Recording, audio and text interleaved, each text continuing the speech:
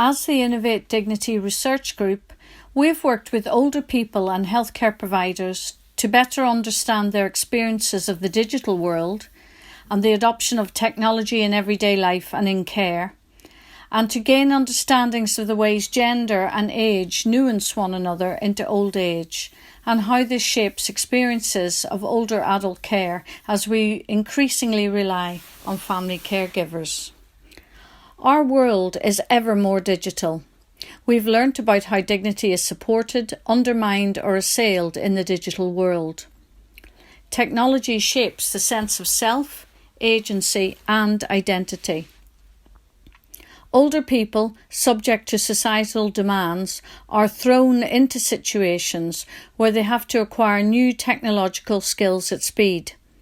We talked with those fully engaged with digital technology and those who did not adopt any technology at all. In our research, older adults have experienced telehealth and digital devices making life easier and the opposite. A sense of feeling lost in the digital world. In healthcare, a rise in a sense of helplessness with increased sense of dependency on other people through technology.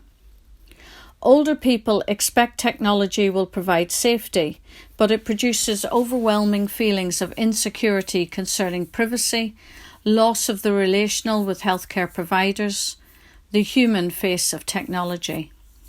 On one hand, it can reinforce negative stereotypes that older adults are incompetent technology users, and on the other hand, it can facilitate inclusivity and empower older adults to assert their agency. Different e-health solutions for medications, for remote monitoring of health measurements from wearable devices, for patient records and so on, are not always interoperable. They don't communicate together. Health professionals find it increasingly hard to get the overall picture from fragmented pieces. Caring holistically risks becoming lost. The intersection of age and gender. Gender can be seen as a social construct which follows us through the life course and impacts living care contexts too. We continue to change and adapt our identities throughout the life course. We do not cease to do so at retirement or as we age.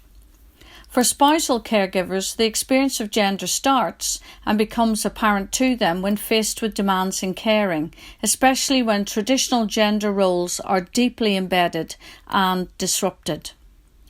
Within the care home institution, the promise is to provide the full spectrum of care under one roof, but our findings tease apart unhelpful reductionist attitudes. Age is often medicalised, defined by physical and mental ailments associated with frailty and cognitive decline.